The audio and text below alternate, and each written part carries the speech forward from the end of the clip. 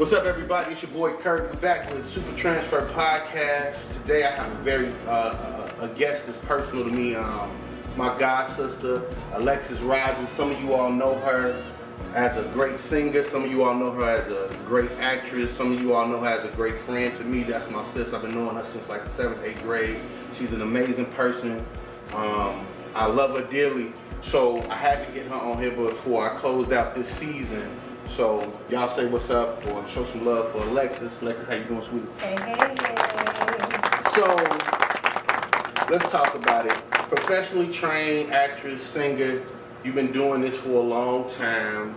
You know, everybody doesn't know that you went to school to learn. Yeah. And you did that at HBCU, Howard University. You know. Gang banging. That's right.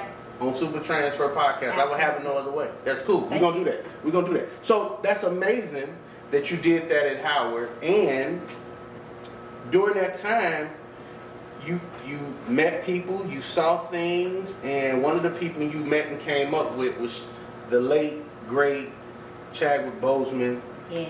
And I definitely would love for you to share with us your experience of just meeting him, because he was such a he was a phenomenal actor, but he left such a legacy that was like amazing. And it's just awesome to know that there's people out here that you walk past every day who had relationships and knew people who my sons or your children may identify with. So how was he at college? Like, was that an experience getting to know him? What can I say about Chad? Chad in college was as driven as you would imagine he was, just based off of what you saw him put on the big screen. He was a hard worker. Hard worker. Everybody already knew. We already knew he was going to make it. Yup, you seriously? Absolutely. You can tell? There was no question. Two people that we knew flat out was Chadwick Boseman and Susan Kalichi Watts.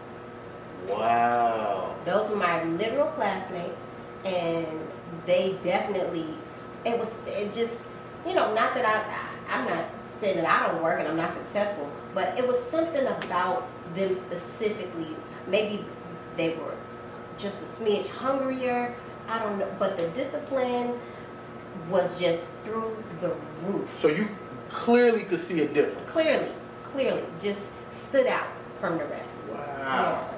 And that's, and I guess, I don't act, so, forgive some of my dumb questions, because I may be asking what they want to know, maybe I'm not. But with acting, you can see, a person's work ethic set them apart, like literally like that. You can see the people who half-assing it, and then you can see the people who, that's like clear. That's in any profession. But see, for sure. But I would look at it as they just a horrible actor. But you would probably, not for real, but you would probably be like, they not working at their craft, I guess, is what you would look, how you would look at it. They not trying. I would just say they were horrible. Oh, you gonna say horrible too? Okay. I didn't want to be by myself. I wanted to respect it professionally. Like, oh, you're not working at your craft. You're not No, because being some people efficient. work really hard, and they're just not good. Simple as that. But with Chadwick Boseman, we didn't have that problem. He was good. He was really good, and just very grounded and rooted, and he knew that he was destined to do that. You know what I mean? And so when you think about your early 20s and late teens, you're like, I'm still trying to figure it out. No, not that brother. He knew full well what it was that he was put here to do, and he did it to the max, man. And his demeanor, like who he was as a person, was very spiritual. You know what I mean? What's up? But like some of that stuff you saw on camera, like physical stuff, he was into martial arts. You know what I mean? Like he did those things. Okay. Yeah, absolutely. So he was like literally living his truth. That's who he was. And he's just so talented on so many levels. Like he was a writer. You know what I mean? I'm part of Congo Square Theater Company, and he had a show that he wrote that we ended up doing with our theater company. It was a hip hop show. And nobody was really doing that at the time, but it was really an amazing piece. You know what I mean? Wow. And it did get some traction. After that, he has some other pieces that they escape me right now that were just brilliant. He just had a really brilliant mind. He could do just about anything. Talent is talent. Yeah. That's clear. So, speaking of that, being able to identify hard workers, being in theater, like, and being an actress and a singer, those are not easy fields to be in, professional fields to be in. Those are very difficult. Just, what you're subjected to, people's opinion, that could be difficult. How have you kept your passion for the arts this long? Because you didn't leave for LA. I'm sure you could have. You could have stayed in New York or went to if you wanted to. Mm-hmm. Like, I know this, right? You're that good. So, thank you. Explain. Well, you're welcome. You're welcome.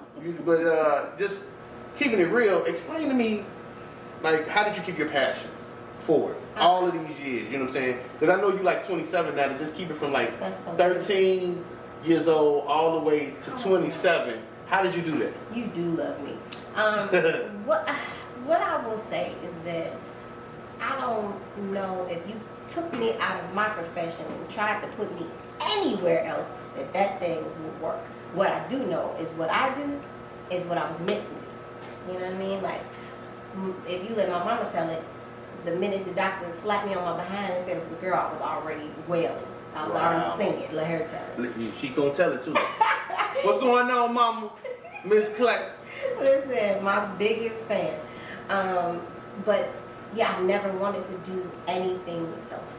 And I'm that person. Like, at 6, my aunt took me to Howard's campus. I had been to other campuses because I was always with my aunt traveling.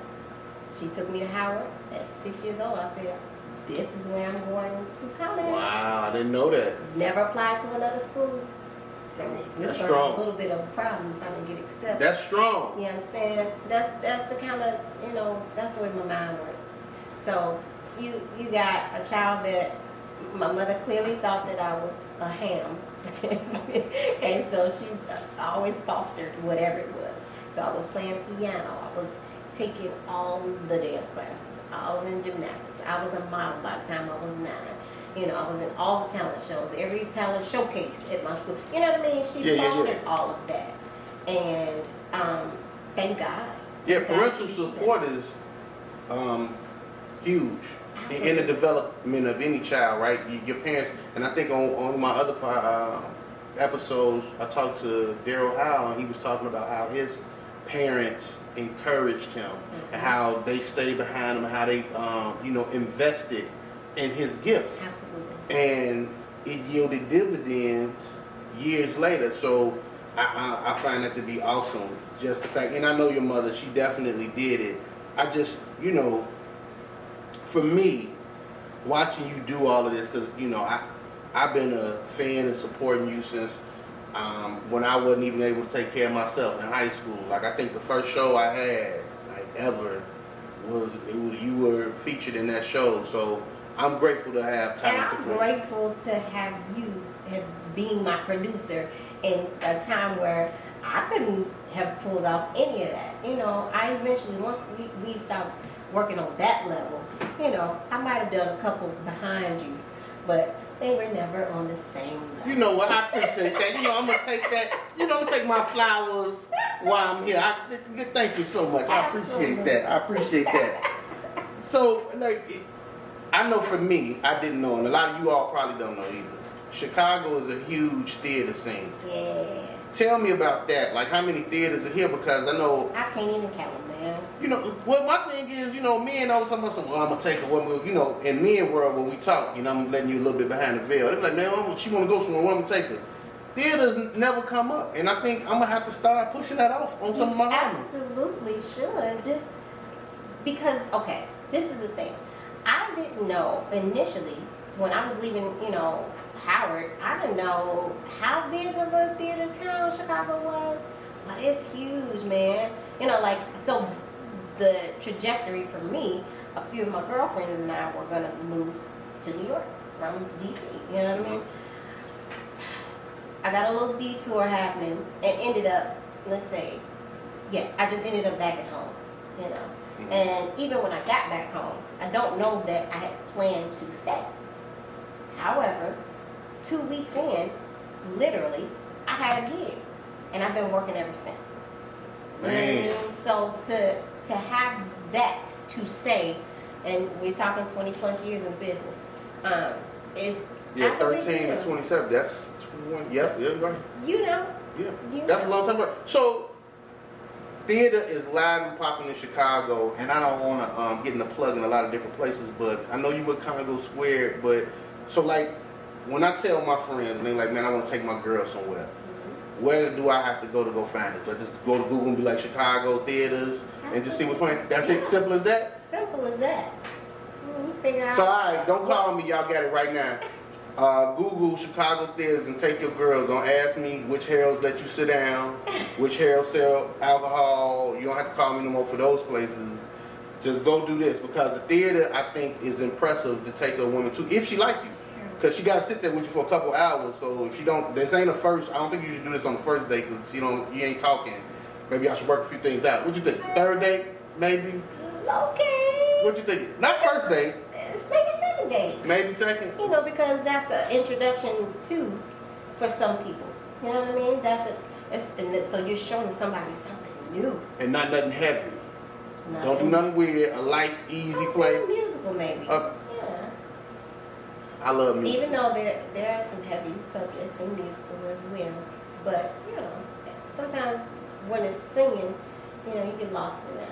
So be clear, there's more to theater than Tyler Perry. There's actually, Oh my. you got to understand, some people, not everybody in this culture. I know, because I won't say most of my career, ever since Tyler Perry became as big as he is, you know, people believe that, oh, have you worked for Tyler Perry? You need to be working for Tyler Perry. You looking like, And you know, first of all, let's be clear. That man is an inspiration. He really is, to be honest. He did his to thing. come from what he has come from to, you know, be Yeah, where yeah, he is he did now. his thing. Oh my gosh. So big ups, you know, to him. I have nothing against him. It's a genre. His style of theater and film and television is a little different from what I'm used to. it's a different type of play. It's just different. It's different. It's different. Not that you couldn't do it. Right. Not that I couldn't do it. It's just different. I've seen in person some of that Medea stuff. I have. And It's it's funny. side splitting, baby. Listen. Yeah, it's funny. It's funny. It's funny, especially live, because they get off and it could go left and turn into something else. Yeah. What has been your favorite character to play? Because you've been written up about a lot of different roles that you've played. What was the favorite one you've ever done? Oh gosh, this is rough. My favorite character to play. I like funny stuff. So I would say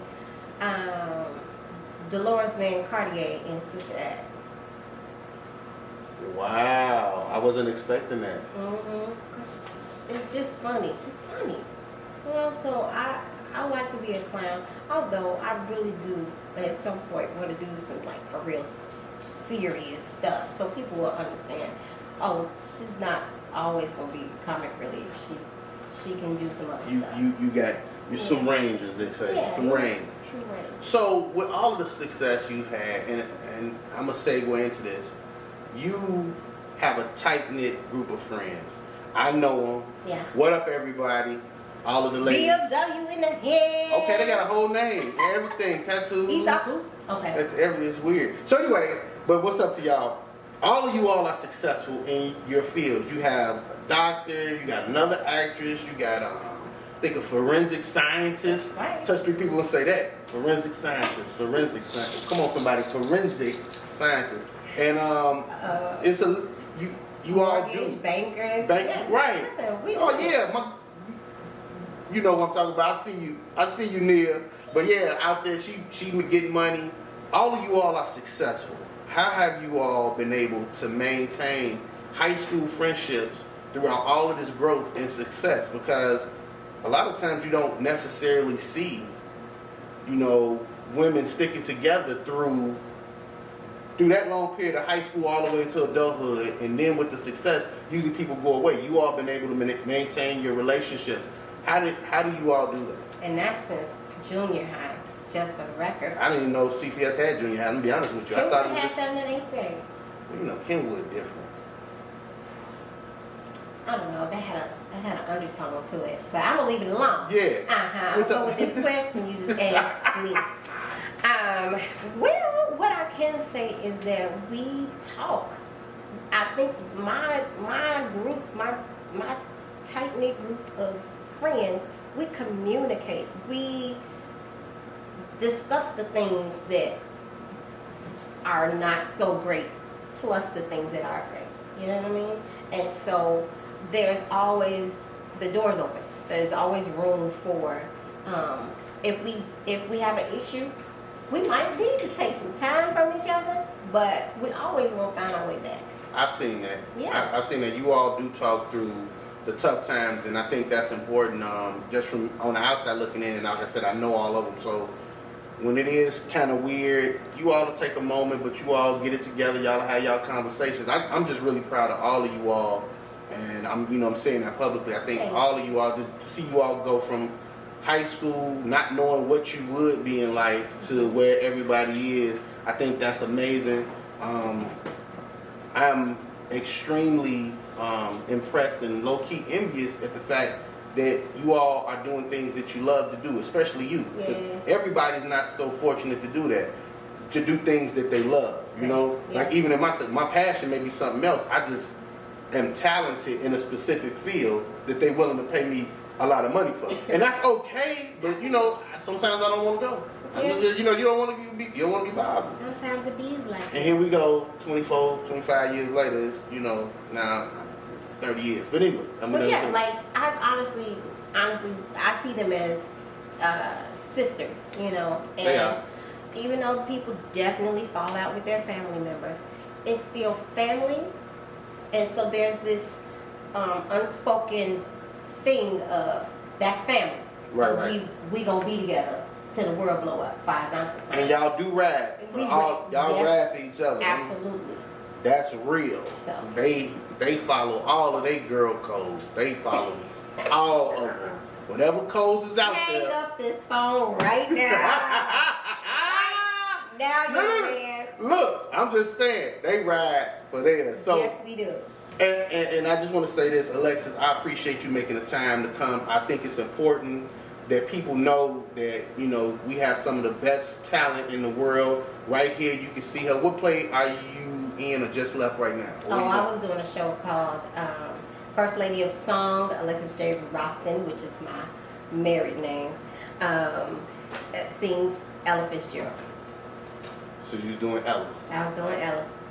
Listen, the people. Everybody enjoyed can't sing that. Yeah, they did. Go figure. Huh? Who knew? I've been doing this show for some years now. I don't remember the first year. Maybe it was like 2017. I don't know. That sounds about right. But at any rate, these people came to see me do a show about Dionne Warwick. They had heard about my show about Billie Holiday. And so they came to see me. They missed that show. They missed Billie Holiday. So they were like, well, we got to come see what's what. And they came to see me do Dionne Warwick, and they approached me about this Ella show. Well, I want you to know, I was like, who are you talking to? First of all, it's Ella Fitzgerald. Get out of here. No, that's not even a thing. Ain't nobody singing like Ella. No. Nowhere. Forget about it. So they were like, you know, we feel like you, because they have a lot of artists under their umbrella. It's called Artist Lounge Live. And they wanted to bring me in to do this show. And I was like, oh no. And so I studied, you know, and I did my homework. And in my mind, it was okay. It was okay. But I will give myself a little pat on the back, because this last iteration of the show, like when we reworked some things, we had some time on our hands. We had time. Right. To fix something. Yeah. And we added some new songs and new monologues, and I had a little more time to, like, for real study her scats. And so, listen, I'm actually really proud of what I have done. Well, I saw a write-up on it, so they were very impressed with you. That's awesome. Congratulations. You know where you're going next? So it has not been announced yet. So you can't announce it? I can't. Secret Squirrel. She gonna be in the next X-Men, Marvel. I wish. So we're gonna move to rapid fire. Oh my goodness. Rapid fire. It sounds scary. It ain't scary. I'm gonna burn up. It ain't scary. Alright, rapid fire, here we go. I'm gonna ask you either or. So I'm gonna give you two things. You're gonna tell me which one you preference. And then we're gonna go into a word association. I'm gonna say a word, you're gonna say the first thing come to your mind. Okay. Let me know when you're ready. Either or, and then. Either or, then we go into word association. I'm ready. You ready? I'm ready. You ready? Okay. Cash or credit? Cash. Coke or Pepsi? Coke. Drink or smoke? Smoke. Fast or slow? Slow. City life or country living? City life. All right. Word association. First thing come to your mind. Money. Mine. Goat. Greatest of all time. Freedom.